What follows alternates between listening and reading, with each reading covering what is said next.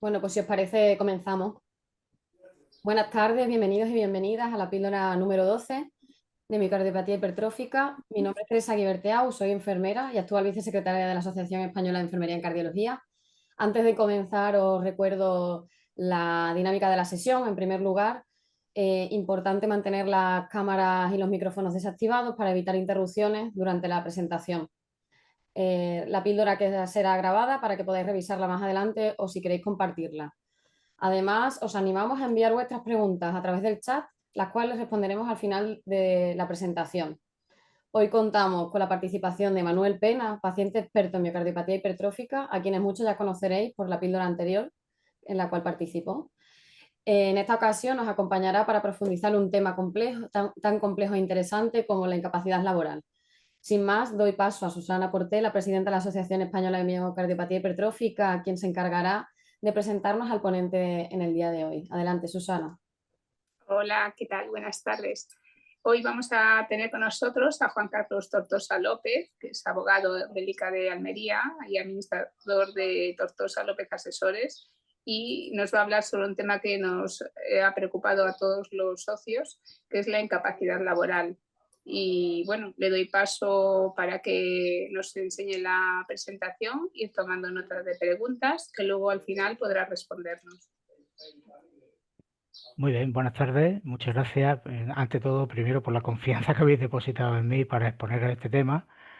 Y sí, efectivamente creo que os interesa mucho, más que nada porque el mismo día que recibí la propuesta a través del grupo de WhatsApp, pues ya vi la necesidad que había de hacer unas cuantas aclaraciones al respecto. Pues si os parece, voy a compartir la presentación.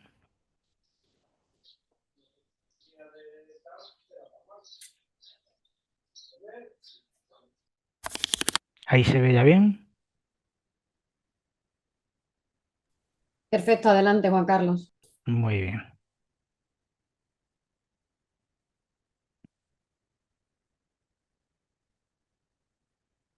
Vaya.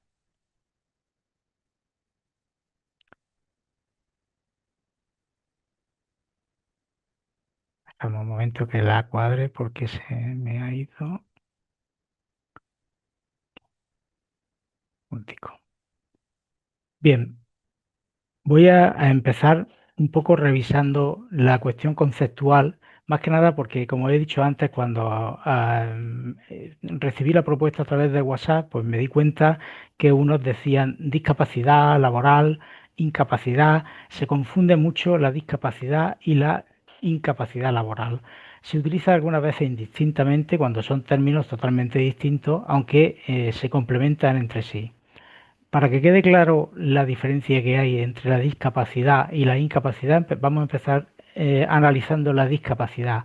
La discapacidad es una afectación que podemos tener independientemente de nuestra actividad laboral, incluso estando inactivos laboralmente.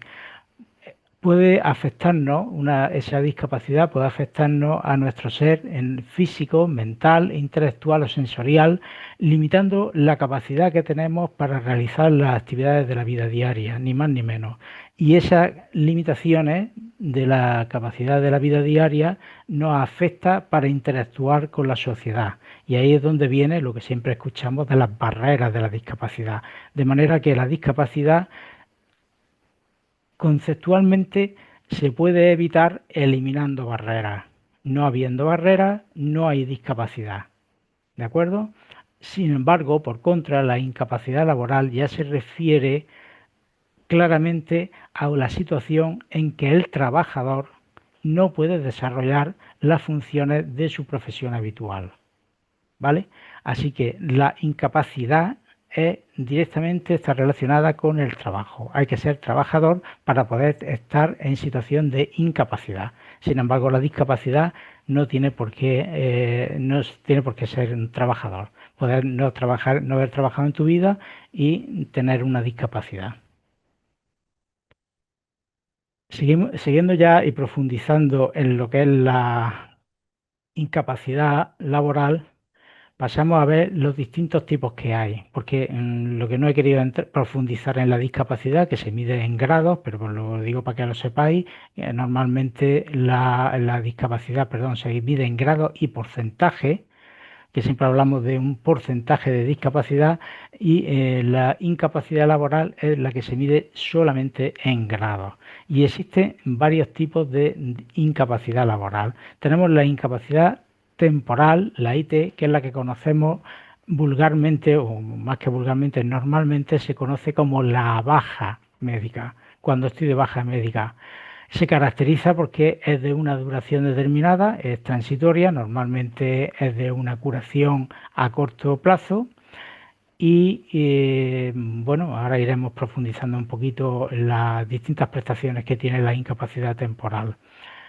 También tenemos la lesión permanente no incapacitante. Una lesión permanente no incapacitante es cuando tenemos, como su propio nombre dice, una lesión que nos hace tener una discapacidad, aquí fijaos, os decía que son complementarios, porque nos hace tener una discapacidad que no llega a ser del 33%, está menos del 33% de discapacidad, con lo cual lo único que ocurre es que tenemos esa lesión no incapacita para hacer una determinada función. Para ponerlo como ejemplo, con los ejemplos como mejor se entiende esto, pues por ejemplo, imaginaos que perdemos unos dedos, un dedo o dos dedos de una mano. Evidentemente tendremos una limitación para desarrollar ciertas funciones, pero que eso no nos va a limitar para desarrollar nuestro puesto, seguramente el resto de funciones de nuestro trabajo. Simplemente unas limitaciones muy precisas. Esas son las lesiones permanentes no incapacitantes. Y luego tenemos la incapacidad permanente. La incapacidad permanente es la situación en que ya el trabajador se encuentra después de haber pasado un proceso de IT, de incapacidad temporal, se encuentra que no ha mejorado. Hablábamos que la incapacidad temporal, la baja médica, es susceptible de mejora porque es transitoria en un periodo más o menos corto. En condiciones normales, la incapacidad temporal puede durar como mucho un año y se puede prorrogar durante 6 meses más. Una vez que ocurre eso, ya hay que pasar a ser o alta o darse de alta, te dan de alta la seguridad social o te proponen para una incapacidad permanente en sus distintos grados que ahora iremos viendo. ¿Vale? Siempre cuando hablamos de la discapacidad permanente, aunque el término permanente señala, nos indica un periodo continuo, ¿no? Una continuidad en el tiempo, pero no es así. Puede ser recuperable, se puede recuperar y además es revisable por ley cada 2 años la incapacidad permanente. Entrando ya en profundidad en lo que es la incapacidad permanente, vemos los distintos tipos de incapacidad permanente que existen. Existe la incapacidad permanente parcial. Cuando hablamos de incapacidad permanente parcial o total, como hablaremos después, siempre nos vamos a referir para la profesión o nuestro trabajo habitual, ¿vale? En la que la parcial, concretamente, es la que ocasiona al trabajador una disminución no inferior, acordaos, cuando hemos hablado antes de la lesión permanente no invalidante, decíamos que tenía que ser inferior. En el momento que es no inferior, o sea, igual o superior al 33%, ya es una parcial, ¿vale? Es una incapacidad permanente parcial. ¿Qué ocurre con la incapacidad permanente parcial? Que no nos limita para la totalidad de los trabajos que se pueden desarrollar en nuestra profesión habitual. Habrá ciertos trabajos que no, funciones de nuestra profesión habitual que no podamos desarrollar, pero el resto sí. Entonces, esa es la parcial, ¿vale? ¿La total cuál es? Pues la total, exactamente igual, en referencia siempre a la profesión habitual, es la que inhabilita al trabajador para desarrollar la totalidad de las funciones y de las tareas que desarrolla en su profesión. Ahora bien, no puede desarrollar su profesión, pero sí puede desarrollar otras. Esa es la incapacidad permanente total. No puede trabajar en su profesión habitual, pero sí en otra bien distinta. Después tenemos la incapacidad permanente y absoluta.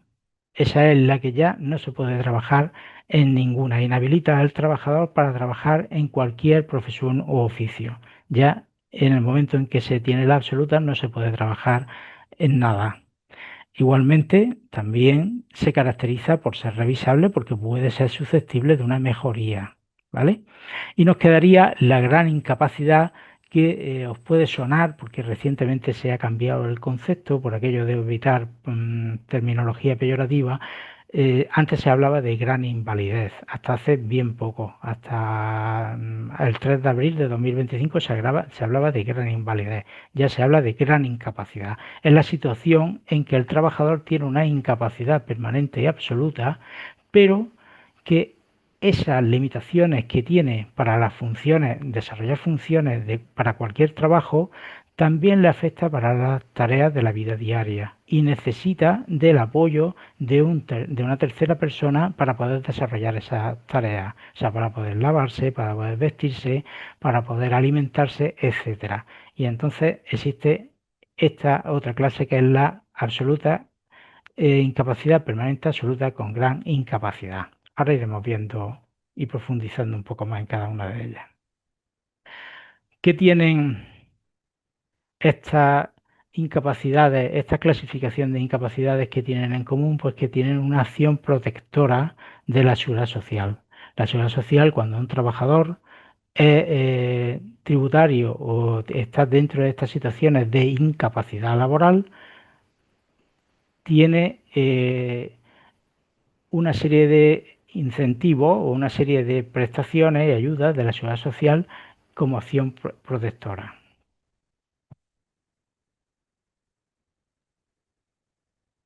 ¿Cuáles son las prestaciones económicas de los distintos tipos que hemos analizado de las incapacidades laborales? Bien, la incapacidad permanente parcial, esa consiste, nos recuerdo, la incapacidad permanente parcial en la que el trabajador puede seguir desarrollando su trabajo habitual, pero con ciertas limitaciones, porque cierto impedimento que no puede desarrollar la totalidad de sus funciones.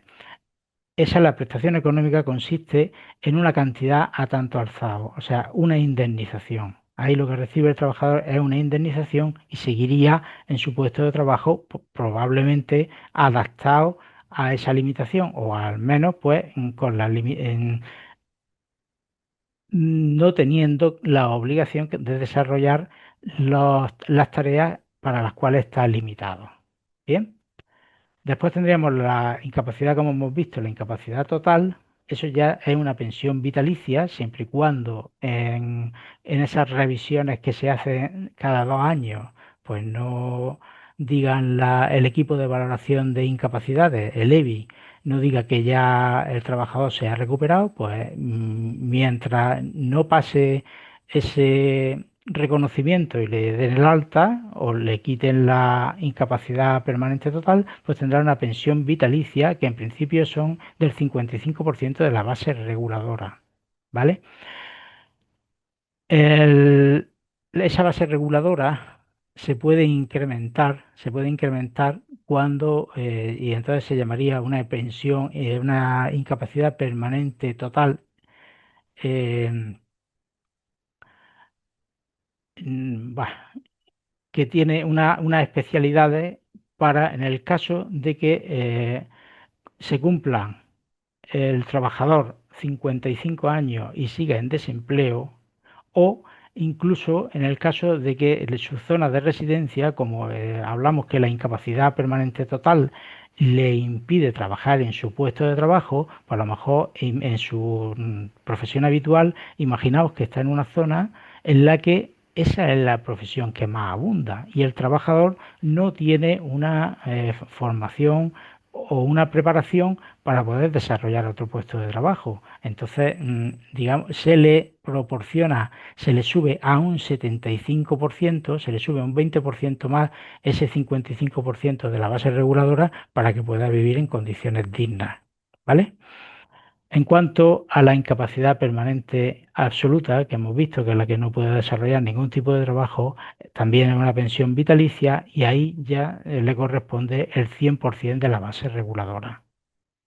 Cuando imagino que más o menos sabréis lo que es la base reguladora, cuando tenemos nuestras nóminas, vemos que se cotiza por contingencias comunes, contingencias profesionales. Bien, todas estas incapacidades pueden provenir bien de una enfermedad que puede ser común o una enfermedad laboral o por un accidente que puede ser accidente de trabajo o accidente doméstico o no laboral. ¿De acuerdo? Dicho esto, pasamos a la gran incapacidad en cuanto a las prestaciones económicas. La gran incapacidad, como he dicho, es la incapacidad permanente y absoluta que impide para desarrollar cualquier tipo de trabajo y necesita del apoyo de una tercera persona. Bien, pues esta gran incapacidad tiene una prestación económica añadida que viene siendo el 45% de la base reguladora más para que pueda pagar a esa persona, pueda atender a los gastos de mantener una persona que le ayude, que le apoye para realizar todas esas actividades de la vida diaria que necesita el trabajador afecto de una gran incapacidad. Dicho lo cual, como he comentado hace un ratillo, puede ser una cuestión que nos venga por un accidente laboral o un accidente no laboral o enfermedad profesional o enfermedad común. En el caso, esto me gusta señalarlo porque es importante para los trabajadores saberlo, en el caso del accidente laboral existe un recargo de prestaciones. Cuando se produce un accidente laboral, si es y se demuestra que hay responsabilidad del empresario en cuanto a falta de las medidas de prevención de riesgos laborales que debe disponer la empresa, esa responsabilidad hace que la seguridad social capitalice en función de la edad del trabajador una cantidad y tenga un recargo de las prestaciones que les son de aplicación a esa incapacidad, según sea total o absoluta, un incremento que va desde el 30 al 50% de las prestaciones, dependiendo de la responsabilidad de la empresa en cuanto al accidente de trabajo, a la falta de medidas para evitar ese accidente de trabajo o bien las necesidades propias del trabajador. Y poco más, me dijeron que hablásemos un poquito, que ya tendríamos entre 10 y 15 minutos. No sé si me he pasado, si me he quedado corto, yo creo que me he quedado corto. Ahora os invito a que me hagáis las preguntas que queráis y ya de una forma calmada y sosegada pues lo vamos respondiendo. Gracias, Juan Carlos. La De verdad nada. que lo has explicado de una manera muy sencilla y He creo querido, sobre todo, lo que más trabajo me ha costado es no a utilizar palabras técnicas. creo que es lo fundamental en estos casos para que todos nos quede claro los conceptos, ¿no? Eso es, Aparte eso es, cuando hay tanto concepto parecido, ¿no? Pero tan diferentes. eso es. Gracias por eso, por explicarlo también y por ayudarnos a comprender los aspectos legales en miocardiopatía hipertrófica. Si os parece, pasamos a la pregunta. Recordaros que podéis utilizar el chat para preguntar todas las dudas que tengáis o incluso para comentar, pues eso, vuestra experiencia o lo que queráis. Susana, ¿queréis empezar vosotros? Yo quería preguntarle bueno, a José Carlos que salió la nueva ley de discapacidad, ¿no? Ya que estuvimos hablando Sí. de capacidad, discapacidad. ¿Es aplicable por igual a todas las comunidades autónomas o hay diferencia en las distintas comunidades? No hay diferencia a priori. Esa ley es una ley común de la Administración General del Estado y se aplica en todo el territorio. Es un derecho de mínimo, al igual que la ley del Estatuto de los Trabajadores marca unos mínimos y a partir de ahí cada comunidad autónoma dentro de sus competencias puede ampliar y mejorar las prestaciones que da esa ley. Pero en Y, principio es de aplicación en todo el territorio nacional en cuanto a baremos y tal. Está hablando de la ley de la discapacidad. sí, sí, que claro, estamos hablando, es distinto. Bueno, Claro. distinto. Es distinto, es totalmente distinto, no tiene Claro, nada que ver. claro, es distinto con el tema del trabajo, pero bueno, hay gente que también lo relaciona, ¿sabes? Por eso quería Bueno, también. es que son complementarios. Es complementario en tanto en cuanto, por ejemplo, lo que sí se reformó recientemente en el año 2021, es lo siguiente, y es que cuando un trabajador, que antes no era así, cuando un trabajador era tributario de una incapacidad permanente total, de manera automática se le concede un 33% de discapacidad, ¿vale? Y entonces ese 33% es a efectos fiscales y a efectos laborales. A efectos fiscales está un poco recortado. Hay algunas cuestiones que no, porque hay cuestiones fiscales que tratan, por ejemplo, la movilidad reducida, y entonces puede ser que ese trabajador que tiene una incapacidad total no tenga movilidad reducida y entonces no se pueda acoger a todos los beneficios fiscales que se ofrecen con el 33% de discapacidad, pero sí, y que es lo más importante, a efectos laborales. Y quiero explicaros qué es esto, porque esto es creo que es muy importante, esta reforma que se hizo.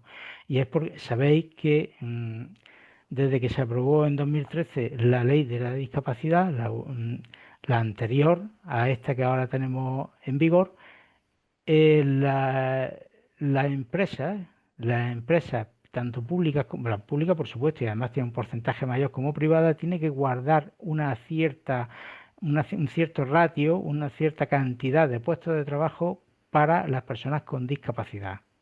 ¿Vale? Entonces, ¿qué ocurre? Que personas con discapacidad digamos, de forma conceptual, en el momento que supera el 33% ya se le reconoce una discapacidad.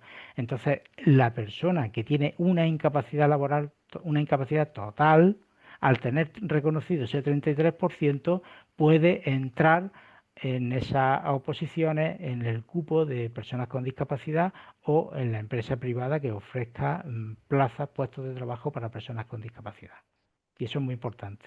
Mucha gente no lo sabe y es importantísimo.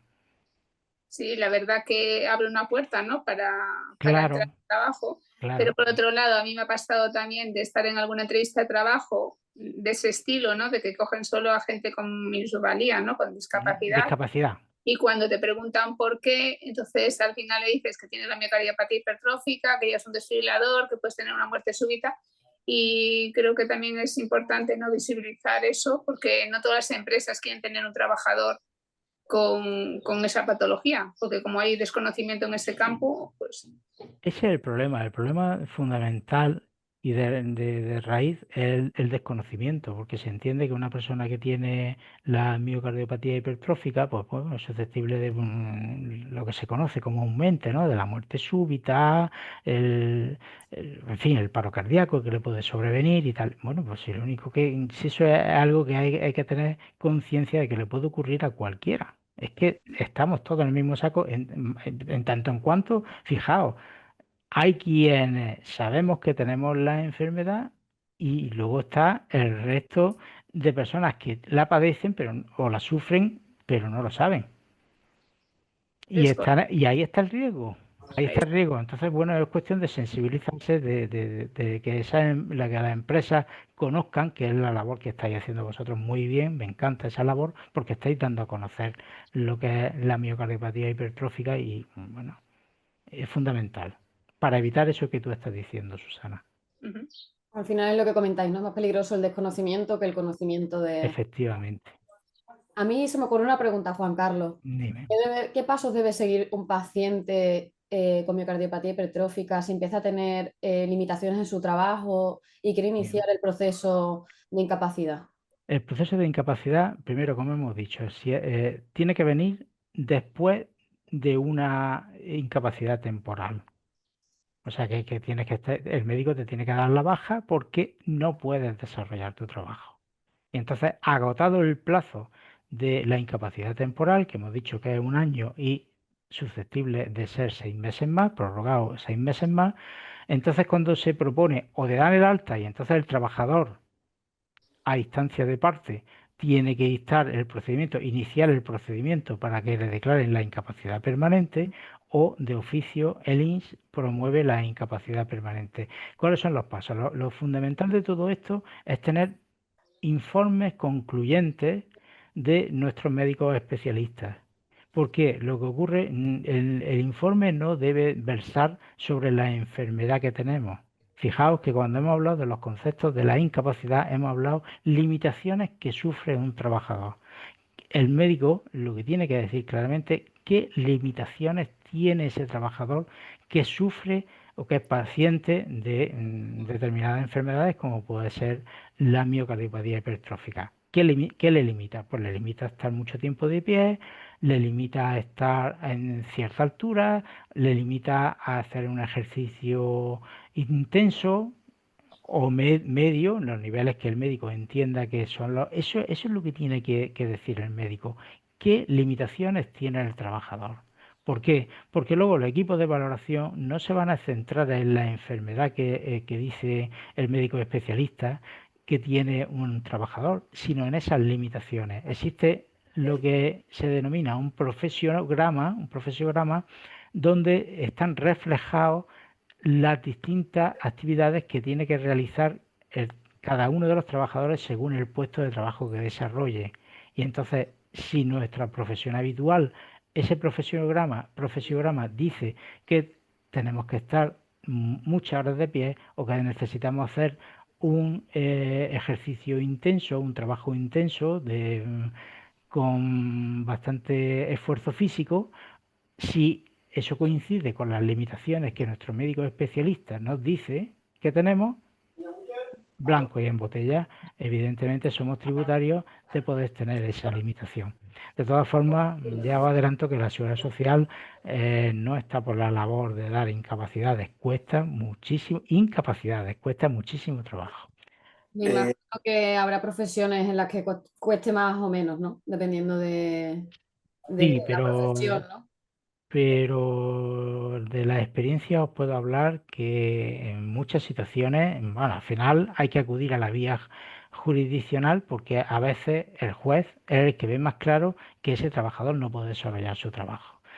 Yo puedo hablar de situaciones, pues como imaginaos un médico que tiene un problema de sensibilidad química, diagnosticado que no puede estar en ambientes de ondas radiológicas, etcétera, etcétera, dedicarse, estar su puesto de trabajo, ser en un centro donde se realiza todo tipo de pruebas diagnósticas, y la Seguridad Social decirle que está apto para el trabajo. Tener que ir al juicio y tener que llevar un informe pericial en el que diga, no, no, es que este trabajador no puede estar sometido, y además con la sensibilidad química que tiene, nada más que los productos que se utilizan para la limpieza del centro médico le afectan y no puede trabajar en esas condiciones. Y entonces el juez darle la razón y darle la incapacidad. Sin embargo, la Seguridad Social decía que no, que podía. Bueno, eso. Hola, ¿qué tal, Juan Carlos? Buenas Hola tardes. Manuel, muy bien, me alegro de escucharte y verte. En esa situación me encuentro yo en estos momentos, justo. Justo Yo, en esa. sí, la total, he recurrido a la absoluta porque Ajá, tengo por parte de psiquiatría un informe completamente que dice que no puedo trabajar en ningún tipo de trabajo por mi situación psicológica y psiquiátrica. sí, Tengo un informe del cardiólogo del CHUAC, conforme dice efectivamente que tengo una miocardiopatía hipertrófica en grado 3, que tampoco tal. He ido a la Seguridad Social de aquí, al INS, aquí en Vigo, y me la han denegado en la absoluta, ¿no? Entonces, bien, pues he recurrido al a la Tribunal vía judicial. Superior de Justicia de Galicia. Entonces te sientes un poco impotente, y lo que quería comentarte sobre la discapacidad, incapacidad, yo creo que la gente confunde mucho los términos, ¿no? Porque, por ejemplo, yo tengo un grado de discapacidad de un 58%. Entonces, según parece, infórmame por favor, Sí, el mínimo es el 33, y hasta el 62 no pasarías, de 60 hasta, en adelante no pasarías hasta el siguiente grado. A ver, ahí ya tenemos que diferenciar dos cosas. No tiene nada que ver. Una cosa es tú puedes conseguir, me has dicho que tiene perdón, 58. un 58. Tú Sí, puedes tener tu 58% de discapacidad y conseguir tu incapacidad permanente y absoluta. No tiene nada que ver en ese sentido, porque tú tienes limitaciones para desarrollar cualquier tipo de trabajo. ¿Vale? Pero tiene un 58 respecto a las de limitaciones, un 58% respecto a las actividades diarias de la vida, lo que ya, hemos dicho antes, ¿vale? Eso ya, no ya. tiene nada que ver, no te va a marcar el hecho de que tengas nada más que un 58, no te imposibilita que consigas la absoluta, para nada. Ajá. O sea, entonces, yo, por ejemplo, si en vez de un 58 tuviera un 60, un 70 o un por Eso ciento. ya es distinto, Ah, amigo, eso ya es distinto, porque ya en el momento que superas el 65% de discapacidad, sí, entonces ya sí que eres tributario pues, de muchas cuestiones. Primero, de tener una prestación, ¿vale? ya, Ya no es ni siquiera contributiva, esa es una prestación no contributiva. Y ya. segundo, una jubilación anticipada. Ajá. Otra cosa que te quería puntualizar, y Dime. perdona que me... Nada, pues si para eso Yo con estamos. la, yo con la incapacidad total, cuando cumpla los 65 años, Sí, evidentemente entraré en edad de jubilación. sí. A mí, al llegar a esa edad, ¿qué prestación? ¿Me dan a elegir la prestación de la... ¿Me lo puedes explicar, por favor? Para que... Efectivamente, si tú consigues la incapacidad permanente y absoluta, vas a cobrar el 100% de la base reguladora, el 100% Sí, de tu sueldo, y entonces llegado el momento de tu jubilación, ahí tienes que optar o por seguir cobrando la incapacidad permanente y absoluta, tu prestación, o la la total. jubilación. Juan Carlos, la total. Tú No, imagínate que llego... Ah, no, la total, hablamos de la absoluta, No, no, evidentemente. yo imagino No, cuando te jubilas cobrarías la jubilación si tú sigues en la total. sigo con la total, ¿no? Tú sigues en la no, si tú tienes la sigues en la total, cuando llegue tu edad de jubilación, te jubilas. sí. Ah, Ahí no tienes opción. ah, La opción es para la absoluta. vale, vale, vale, vale. Digamos que es un premio porque es que encima es demasiado, hablando en castellano, yo soy andaluz, perdonadme, No, demasiada gracia tenemos de que no podemos trabajar en nada, pues como que encima luego nos fastidien llegar a la hora de la jubilación. No, llega a la hora de la jubilación y tú optas, pero en la absoluta, en la total no. La entonces la total total, no, porque la total tiene opción, como hemos dicho, a trabajar, a desarrollar otros trabajos. entonces pasaría a cobrar la prestación según lo que haya ya cotizado en mi puesto Claro, de trabajo. efectivamente, ya te hacen Ah, el cálculo y sí. vale, vale, gracias, era Porque eso. ahí harían el cálculo del tiempo que está cobrando la total. O tienen en cuenta lo que ha trabajado antes. Eso. Tienes en cuenta lo que ha trabajado antes, como es Antes, lógico. vale, vale. Mm. Porque Y, bueno, yo lo que les decía a Manuel, por ejemplo, como está cerca de la jubilación, como que no le quieren dar la absoluta para, por así decirle, no darle esa cantidad de dinero para que cobre menos, por así decirlo. Es decir, como que están Mm, prolongando todo el proceso para, claro. A para ver, esa hipótesis tuya, esa temor que tienes, el sentido que tendría sería el siguiente. No le dan la absoluta porque con la absoluta va a cobrar más que con su jubilación. claro, Eso sí, claro. vale, pero cuando llegue el momento cobrará su jubilación. No seguirá con el... Ah, hombre, ya estarás cobrando el 75% de la base reguladora, entiendo Ya, yo, ¿no? sí, sí, sí, estoy cobrando 75. Sí, sí, sí. Mm, Pero luego cobrarás lo que te corresponde de jubilación. Sí, sí, sí. Porque además eso es uno de los requisitos que se exigen para poder llegar a tener la incapacidad, no cumplir la edad de jubilación. Ya, ya. O si se cumple, no tener los años de los 15 Yo, años que se yo necesitan llevo- de yo llevo- yo he trabajado 32 años y llevo sin trabajar desde el 2010, ¿no? Entonces Ya, yo tengo 63, me quedan 2 años para el 65. ya. Entonces, lo que decía Susana antes, ¿no? Ese periodo de años sin trabajar con la total, ¿cuentan para algo o no No, cuentan? porque, a ver, no, es que la total tiene su base de cotización. Ah, Estás cotizando también para la jubilación, vale, vale, vale, ¿eh? vale, Estás cotizando para tu jubilación, vale, ¿entiendes? vale, vale, vale. Si incluso se cotiza, hay prestaciones menores que no tienen nada que ver con el tema que estamos viendo hoy, pero para ponértelo como ejemplo, las prestaciones para mayores, parados mayores de 52 años, también cotizan para la jubilación. Muy bien, vale, vale, vale. Perfecto, perfecto. Así que en eso no tengas temor. Vale, vale. Tú preocúpate de cuidarte y estar sano. Sí, es que eso es lo que pretendemos, pero claro, tienes tantas cosas en la cabeza y estás pensando Pero que eso, tanto que de verdad yo ahora corrí ahora otra vez y te cansas, llega un momento que dices tú, te da ganas de tirar ya, la toalla, ¿no? De decir, mira, déjalo ya. así y ya está, y en fin, Mira, pero yo te voy a dar un motivo de lo más absurdo para que no te preocupes. Y digo absurdo porque es que las cosas cambian, es que las leyes cambian. Y entonces, que te estés preocupando de eso, si es que no sabes, cuando llegue el momento, sí, se verá cómo está la a ver, situación y qué le a te ver, afecta y qué te corresponde y qué no te corresponde. ya. Venga, muchas gracias, ¿vale? Nada, hombre, no tienes que darle gracias. Si os parece, pasamos a algunas de las preguntas que hay por el chat. María Ángeles pregunta, Juan Carlos, ¿cómo se mira en la nómina la base reguladora que has comentado en la presentación? Sí, la base reguladora es las cotizaciones que hay por contingencias comunes. A ver, todas las nóminas no son iguales. Ahí puede ser que la suya no sea igual. Si alguien tiene dudas y necesita saberlo, pues yo me ofrezco, ahí tenéis mi correo electrónico en pantalla, podéis mandármelo, me mandáis la nómina, me mandáis cuál es vuestra profesión habitual y cuál es vuestro convenio colectivo y os lo decimos, cuál es vuestra base reguladora. Pero normalmente viene la cotización por contingencias comunes y la cotización, entonces se ve la diferencia de porcentaje. Perfecto.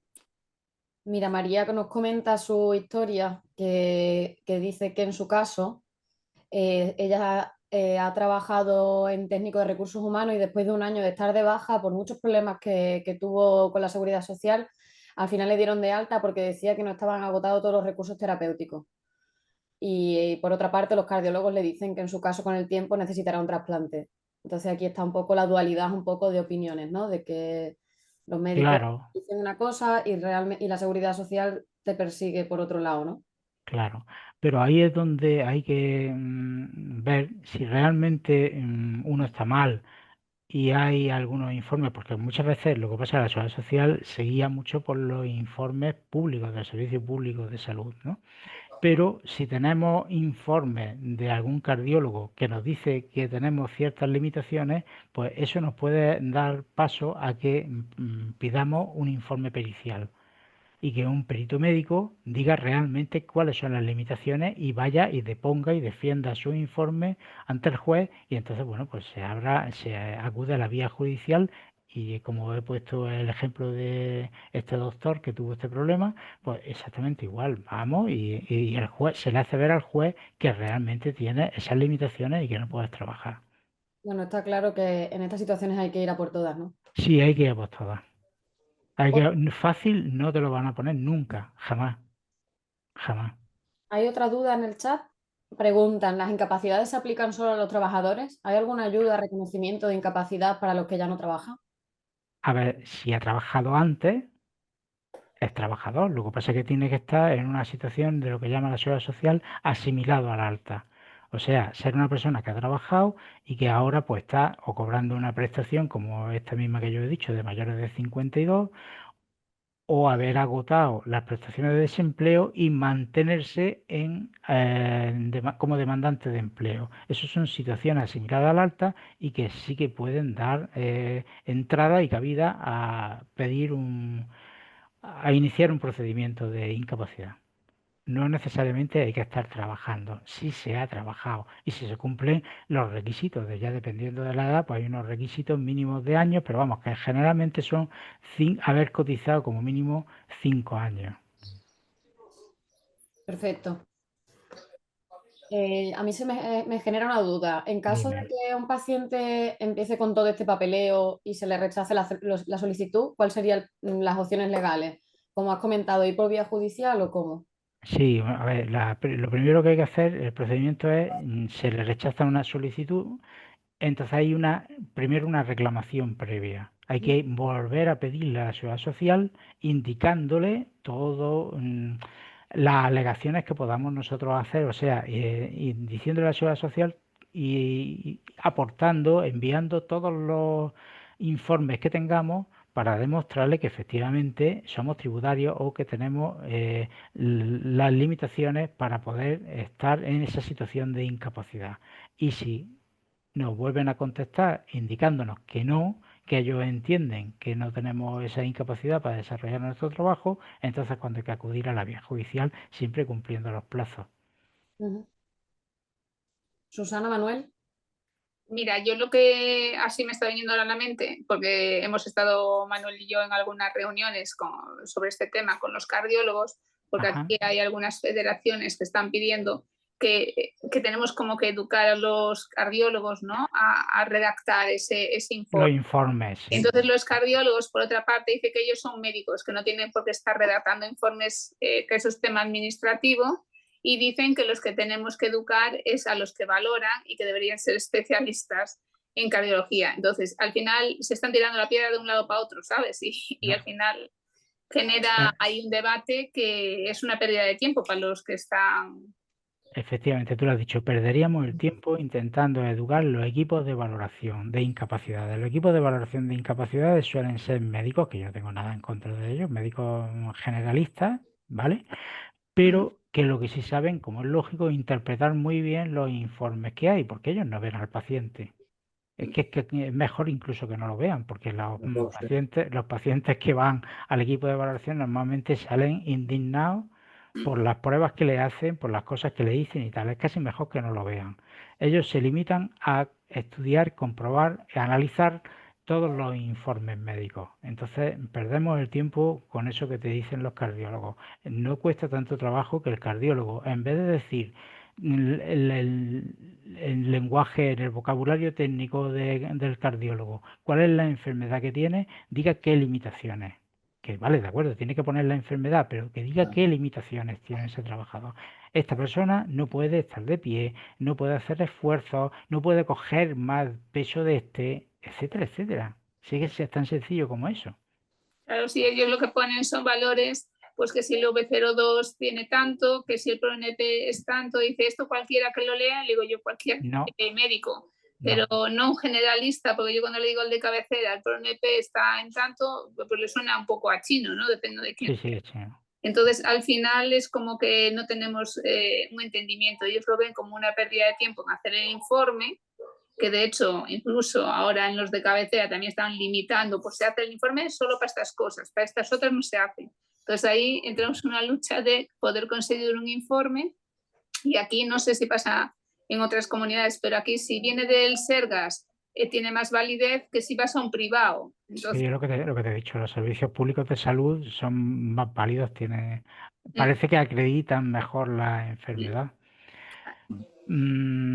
A ver, eso está pasando en todos lados y yo es que no quiero que parezca que culpo a los profesionales de la medicina, ni mucho menos. No tienen ellos la culpa. Probablemente estén recibiendo instrucciones porque al final esto es la pescadilla que se muerde la cola. Si ellos en el informe indican las limitaciones con tal claridad, no le queda más remedio al equipo de valoración de incapacidades que dar la incapacidad, porque si coinciden con las actividades que vienen reflejadas, como he dicho, en el profesiograma, el documento este donde dice cada una de los trabajos, las actividades que se realizan, si coincide con las limitaciones, pues que no puede desarrollar el trabajador esa profesión. Estoy de acuerdo en lo que dice Susana, ¿no? Yo creo que ellos se basan en informes más técnicos que propios del paciente, que lo que dices tú, Juan Carlos. El tema de que no puedes, o sea, problema físico, ellos se basa más en informes técnicos y eso a nosotros evidentemente nos perjudica a la hora de... Porque nosotros, por ejemplo, así como se nos ve, pues mira, parecemos que estamos como robles, que no. Ya. Mejor lo que dices tú, mejor que no nos vean, porque si nos ven aún es peor. Es peor, muchísimo peor. Entonces, pues por eso, nos colaba un poquito el tema ese. Yo también los entiendo a ellos, claro, que ellos son médicos, ¿no? Entonces, claro, estarán acostumbrados a hablar técnicamente y escribir técnicamente y a lo mejor pues no se paran tanto A ver, es necesario que los informes los redacten, como es lógico, con un vocabulario técnico que cualquier otro profesional, otro facultativo, entienda claramente lo que dicen y sepan rápidamente identificar cuál es la patología que se tiene, ¿vale? Es que Pero eso no quita a que después se diga con las siguientes limitaciones y se ponga unas limitaciones claras que tiene esa persona, ese enfermo, para desarrollar su trabajo. Por ejemplo, a mí mi cardiólogo me pone, yo vivo en Vigo, tengo que ir a La Coruña y me pone que no puedo ir solo en coche hasta La Coruña, tengo que ir acompañado, ¿vale? En el informe que mandó que presenté al INSS aquí, ¿no? Entre otras cosas. Pues imagínate, perdona Manuel, imagínate que tu trabajo, tu profesión habitual fuese conductor. Sí, Pues ya lo tienes. claro. Ya lo tienes, ya te ha puesto una limitación importantísima si tu trabajo habitual eres conductor. Ya no puedes hacer. No era conductor. Bueno, Hoy otro tema que sale, pero claro, tiene lástima. que ver con la minusvalía, es el tema del desplazamiento. Discapacidad, por favor. Bueno, eso. Es el tema del desplazamiento, ¿no? Porque muchos al no poder andar por el tema de la fatiga y todo esto, se nos hace imprescindible el tema de la tarjeta, ¿no? Claro, pero desplazamiento, eso lo valoran los de capacidad. eso lo valoran los de discapacidad, los equipos de valoración y orientación de las discapacidades que dependen de los servicios de servicios sociales de las comunidades autónomas. Y claro, ¿qué ocurre con eso? Ocurre que para que puedas tener acceso a esa tarjeta de aparcamiento necesitas tener reconocida la movilidad reducida. ¿Y cuál es el concepto de movilidad reducida? La persona que no puede hacer uso de los transportes públicos. ¿Vale? Entonces, Hoy en día, Susana, aquí tenemos otro problema. ¿Tú puedes hacer uso del transporte público? hoy dime a mí que no puede hacer uso del transporte público, porque en Vigo está Porque no existen. en Vigo Son está déficit. la plataforma y suben con silla de ruedas en el autobús. Ya, bueno. Eso aquí no es tan fácil, ¿eh? Pues en Vigo, Eso, Vigo baja la plataforma, sale a la acera y sube con silla de ruedas en el autobús y el autobús está adecuado ya a su sitio para la silla de ruedas. Y nosotros, a la hora de subir una cuesta, entonces, claro, nos sentimos un poco impotentes o vemos gente que con muletas ya, prácticamente tiene la tarjeta y puede subir a un autobús y sin embargo tiene la tarjeta. Entonces, claro. Porque ya. subir una cuesta en Vigo me cuesta hasta a mí, ¿eh? Pues no a nosotros. Es que no, la cuestión Por eso digo. La Ya. cuestión no es subir en el autobús, la cuestión es llegar hasta la parada del autobús. Hasta la parada del autobús, exactamente, justo. Ya. Pero bueno, Pues eso pues es cuestión de pelearlo. Es cuestión de pelearlo y igualmente hacérselo ver al equipo de valoración y orientación de las discapacidades, que existe ese problema. Y entonces, bueno, pues desde mi punto de vista podría ser equiparable a la movilidad reducida, en tanto en cuanto si te cuesta y no puedes llegar a la parada de autobús, pues finalmente tienes el mismo problema. No puedes utilizar los medios de transporte. Yo he ido a revisarla, me tumbaron una camilla, me mueven las piernas para adelante y para atrás, se mueve bien, tal tumba, nada, no puede tener la tarjeta porque su movilidad en las piernas es perfecta. En general, en las piernas sí, pero en el corazón no, es perfecta la movilidad. Usted puede subir a un autobús. Desconocen totalmente. A un autobús, nosotros nos volvemos locos y en Vigo más, claro. Claro, Manuel, pues ahí es donde puede entrar el cardiólogo en su informe indicando otra limitación. Bueno, yo creo que es Estás clave, ¿no? limitado. Informe detallado y... Claro, no, aquí que tengo otro compañero aquí cerca, me está diciendo que ya no solo que sea Vigo, ¿no? Imagínate una aldea donde hay una dificultad y tú te quieras mover pues para un hospital o lo que sea, pues el que tú puedas utilizar ese coche como que es tu silla de ruedas por tu fatiga o por tu falta de aire, sí, claro. y que te quieres desplazar y que por no tener eso no puedes llegar justo al sitio que tienes que ir, ¿no? Pero bueno, habrá que pelearlo. Yo lo que quería preguntarte, como decías de la tabla esta de profesionograma, sí. ¿eso se puede conseguir en algún sitio? Porque claro, a lo mejor también podríamos, no sé si está visible. Sí, buscarlo en internet, que hay páginas web de mutua y tal que lo tiene, profesionograma. Porque así también se lo podemos hacer llegar a los cardiólogos, ¿sabes? A ver si explicándoles de esa manera no es que tengan que especificar una palabra concreta, sino a lo mejor teniendo una referencia, me dices que va por referencia de trabajo. Sí, claro. Pues entonces que utilicen más o menos, dependiendo del trabajo de cada uno, pues... Así lo que pasa es que parece que le estamos pidiendo un informe ad hoc, perdón, un informe para cada uno de nosotros y para realmente nuestra necesidad. Entonces puede ser hasta peligroso. Tiene que ser un cardiólogo muy sensible para que no te mande a hacer política. No, es que de la otra manera, lo que está pasando en algunos informes que te lo ponen, piensan que es esta palabra y resulta que para este trabajo sí que va bien esta palabra, Sí, que eso es lo que hablan, y luego para otra persona en otro trabajo no le vale esa palabra. Entonces, también explicarle que yo me acabo de enterar ahora que hay ese cuadro de, ¿no? Pues si eso también se lo transmitimos, oye, mira que existe un cuadro de profesionalidad que es Pro que Barema, y en función de eso tenéis que utilizar no unas palabras, sino unas frases de actividades que no pueden elaborar, pues hoy creo que a lo mejor les es más fácil a ellos no es decir, hazlo concreto para mí, pero mi profesión es camionero, mi profesión es secretario, pues no sé, habrá unos puntos, ¿no? Unos ítems que valorarán para cada profesión, y claro, si no lo saben, pues a lo mejor también, pues no es, volvemos a lo de antes. Por desconocimiento cometen el error de no señalarlo en el informe, pues te lo compro, es muy bien pensado, sí, en ese sentido está bien. Vale, pues podemos trabajar en Sí. eso. Yo creo Intentar hacer una infografía o algo así, ¿no, Susana? Claro, algo así que pueda, al igual que le estamos dando otra información, ¿sabes? Pues también decirle, oye, mira, para el tema de, en vez de estar, porque en las reuniones que hemos estado con otras asociaciones, pues están, no, es que tenemos que educar, es que tenemos que enseñar, y entonces ahí le hablas de cursos, le hablas de no sé qué, y como que ya están saturados. Otra cosa es que le des una guía o le digas, mira, existe esto, y cómo... Indicaciones directas para que ya rápidamente claro, tengan... que digan, oye, mira, no es que hagáis el informe adecuado, pero teniendo en cuenta estas patologías, ¿no? Ya no hablemos solo de hipertrófica, ¿no? Pues, pues para este trabajo va a ser estos ítems y le puede servir de referencia y ser fácil, es decir, bueno, pues voy a añadir, a ver, pues mira, es camionero, porque eso sí que te lo pregunta el cardiólogo, en qué trabajas habitualmente. Entonces, bueno, les puede ser algo fácil. Pues tomo nota y bueno, se abre una puerta para cambiar. A ver. Es un punto muy importante para que ellos también pues lo vean y puedan especificar. Me gustaría hacer un apunte y preguntarme yo mismo.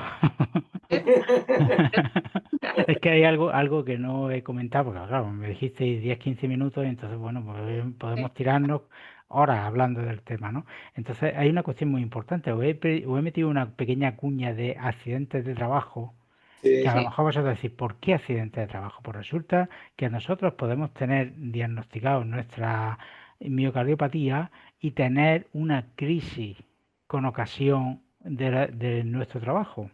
Y eso es accidente de trabajo. Porque la pregunta que hay que hacerse es, si no estuviese trabajando, ¿me hubiese pasado esto? Imaginaos. El estrés, ¿no? Del El trabajo. estrés laboral, el exceso, el esfuerzo físico que no podemos hacer y estamos obligados a hacerlo porque estamos desarrollando nuestra actividad laboral, pues imaginaos que nos ocurre una crisis de esa. Pues eso debe ser calificado como accidente de trabajo. Que es muy probable que no lo califiquen, ¿vale? Muy probable que no lo califiquen, pues igual hay un procedimiento también que es de determinación de la contingencia, que tenemos que iniciar ante el INS y si no, a la vía judicial. Pero si está claro y podemos acreditar mediante testigos, mediante que si no ha tenido que recoger una ambulancia o no ha tenido que atender un médico en el puesto de trabajo o yendo hacia el trabajo, que es lo que se conoce como accidente in itinere, si podemos acreditarlo, tenemos que pelear también porque eso se reconozca como accidente de trabajo. Sí, eso me ha pasado a mí porque estaba en una escuela infantil como directora, con presión, y me encontré mal y pues dije, pues no, antes de caerme me voy hasta el centro de salud. Y al final digo, no, está en mi puesto de trabajo y me encontré mal, el estrés. No, esto es una enfermedad habitual y lo que decías tú, inicié el trámite como enfermedad habitual. Y bueno, al final fue la incapacidad, todo lo que explicaste, ¿no? Fui por todo ese proceso. Pero como que no reconocen que el estrés nos puede afectar, se van más a que tienes esa enfermedad, a que sea el propio trabajo que te genere, ¿sabes? Uno puede llegar al trabajo resfriado, pero tu trabajo consiste en mojarte. Y resulta que lo que era un resfriado se convierte en una pulmonía. Ya tenías la base. Ibas con ese catarro. ¿Vale? No te pueden decir que tú ibas con ese catarro porque si no hubieses estado trabajando no hubieses pillado la pulmonía. Y eso es lo que hay que acreditar. Y Pues, nosotros lo que nos pasa, por ejemplo, en mi caso, ¿no? Para mí el dejar de trabajar por causa de la miocardiopatía hipertrófica me ha causado una depresión, ¿no? Porque mi trabajo me gustaba muchísimo, era mi vida, ¿no? Y Eso porque todavía no habíais fundado la asociación. no, esto Si fue en habéis el fundado la 2010. asociación antes, no tendría ese problema. No. Y claro, yo viajaba y me encontré con un muro el día que me dijeron, pues nada, tienes que quedarte en casa, dejar de trabajar. Yo con 40 y tantos años, pues imagínate mi situación, y como la mía, la de mucha gente que nos pregunta, ¿no? Pues eso también psicológicamente y te afecta muchísimo también. Ya, ya.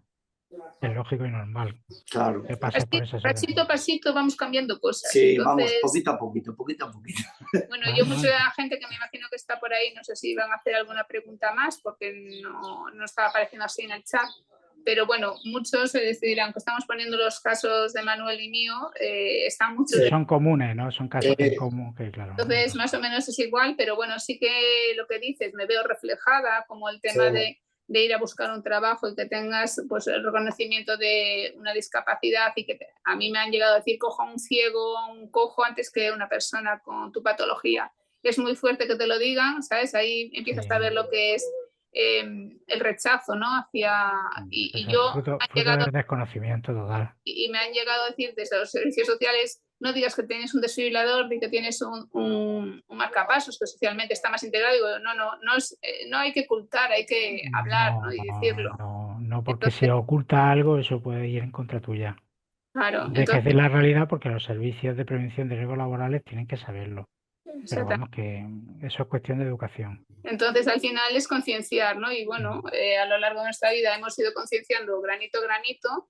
Y bueno, con la asociación creo que también los demás ven que estamos, ¿no? Y oye, lo que me pasa a mí, pues aprendemos unos de otros y que esto sirva para ir cambiando conciencias, ¿no? Y que Exacto. para un tiempo, pero bueno, poco a poco. Sí, porque esto que nos pasa a nosotros lo vemos reflejado en muchísima gente, ¿no? Como que no entiende lo que es discapacidad, incapacidad, o sea, se confunde todo, hay mucha confusión. Y Entonces, a nivel de empresa pasa exactamente igual. uf, Entonces el sí, empresario tendría que saber a qué se expone contratando a una persona que puede sufrir cualquier tema de estos. claro, Si él tiene a disposición del trabajador los medios adecuados para prevenir, para la prevención de los riesgos laborales, es que no tiene ningún problema. Claro. También pasa lo Y no va a contrario. ser responsable de nada. Juan Carlos, también pasa lo contrario, que te contratan sabiendo que yo tenía una miocardiopatía hipertrófica, riesgo de muerte súbita, me han contratado sin problema ninguno, sabiendo que yo no podía realizar ese trabajo.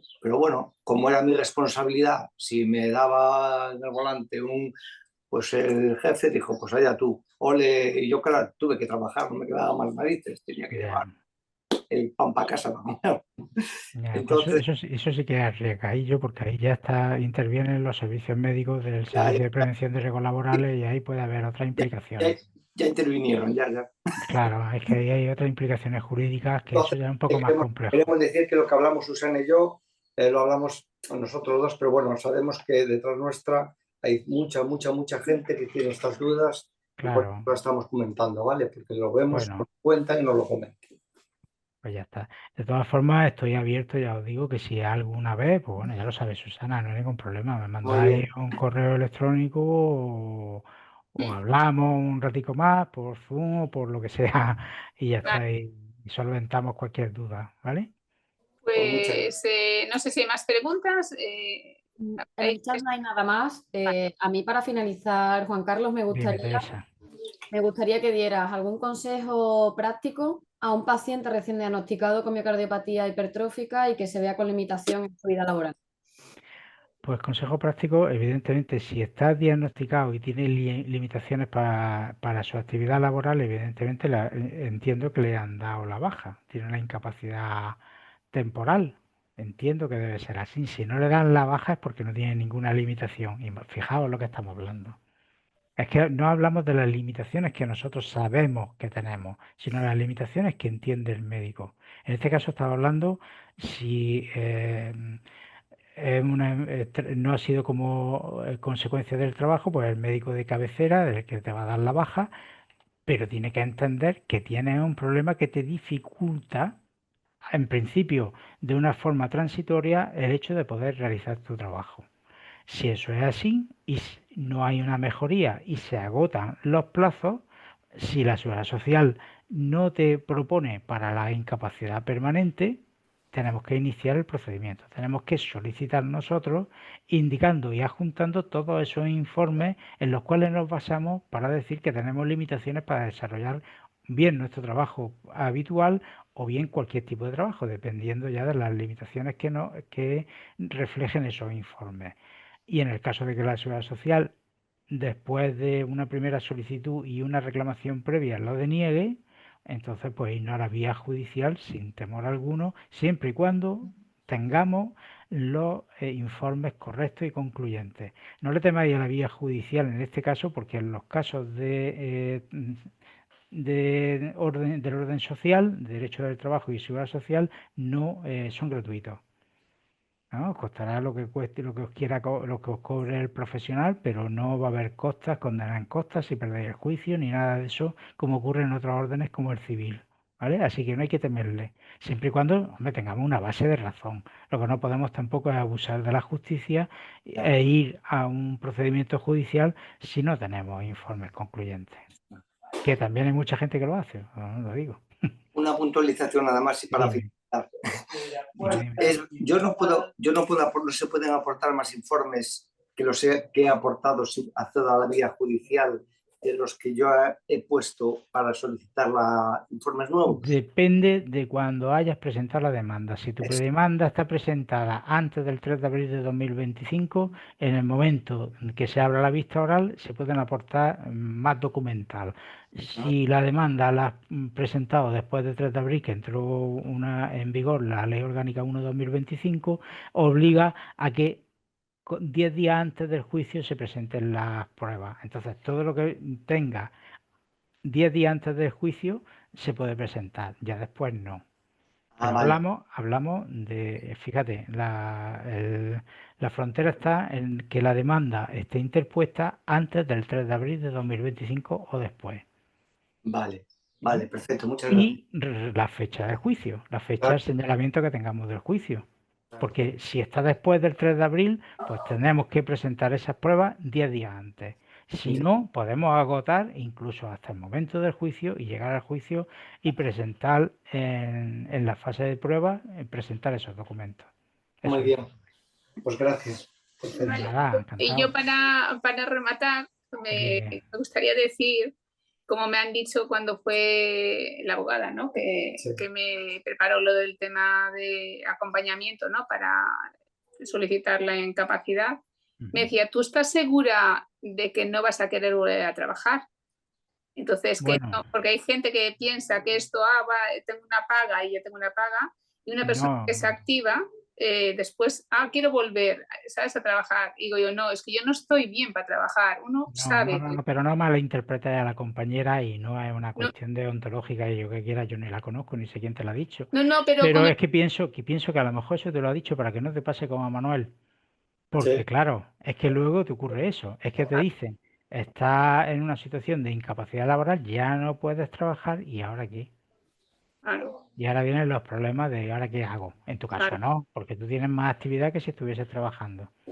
Defendiendo la asociación. No, pero me refiero que mucha gente piensa, no, yo esto lo pido, estoy bien, y no, pero realmente el que uno está mal, quiero decir que cuando uno está mal, sabe que se te acabó tu tiempo de trabajar, que no puede estar. Entonces ahí sí que te planteas, es que estoy mal, porque bueno, hay mucha gente que, lo que decíamos antes, quiere aprovecharse sin los recursos necesarios para sobresaturando, ¿no?, los juzgados, cuando realmente aún está capacitado. Esto no es para todo el mundo que tenga miocardiopatía hipertrófica, es decir, hay grados. Entonces, bueno, que también quede un poco claro, ¿no?, que bueno, que seamos conscientes de que dependiendo en qué grado estemos, sí podemos solicitarlo. Siempre dependiendo en qué grado, no, dependiendo, y perdonad que os interrumpa y sea insistente, las limitaciones que tengamos para desarrollar el trabajo. Es que es fundamental, limitaciones. No hablemos de enfermedad ni de grado, limitaciones. Es que si no, no podemos acudir al procedimiento de incapacidad total. Incapacidad permanente, perdón. Tomamos nota y vamos incluyendo eso en vuestro diccionario. Sí. Pues muchas gracias Carlos, yo aprendí un montón contigo y bueno, espero que los que estén ahí también en el chat, ¿no? Que también les haya servido mucho. Y bueno, luego habrá gente que se conecte después, como queda alojada en la web, pues después entrará gente a verlo. Es decir, que normalmente no tenemos mucha gente en el momento que lo estamos haciendo, pero sí que luego acuden a ver la píldora. Entonces, bueno, esto servirá, creo que hemos hablado un poco muy claramente, ¿no? Sí. Del tema y bueno. Y bueno, sí. Si no, lo que dices tú, que tienen ahí tu email y pueden contactar contigo, eso también es de agradecer, ¿no? Que... Sin ningún problema.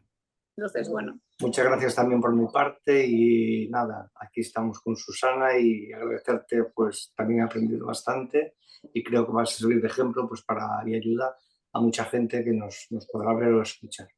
Ojalá con eso me doy, sí. Vamos, más que satisfecho. Seguro que sí. Al final aprendemos todos, porque a mí me hacéis recordar y estar sacando sobre la marcha, así que justo. Genial. Y Teresa, que está por ahí, no sé si ella quiere aportar algo más y bueno, gracias también porque ellos están, ¿no? Ayudando a que esto se lleve a cabo, estas píldoras, ¿no? Y poder tenerlas ahí de información.